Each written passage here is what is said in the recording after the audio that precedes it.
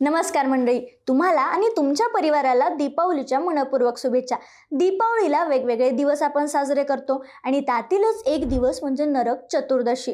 आणि आख्यायिकेनुसार याच दिवशी भगवान श्रीकृष्ण यांनी राक्षस नरकासुराचा वध करून पृथ्वीवरील लोकांना त्यांच्या अत्याचारातून मुक्त केलं होतं. आणि म्हणूनच या दिवशी लवकर सकाळी अंघोळ करून घरासमोर दिवा लावण्याची परंपरा आहे.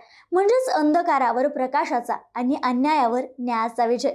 पण तुम्हाला माहिती आहे का की गोव्यामध्ये या दिवशी एक खास परंपरा साजरी केली जाते.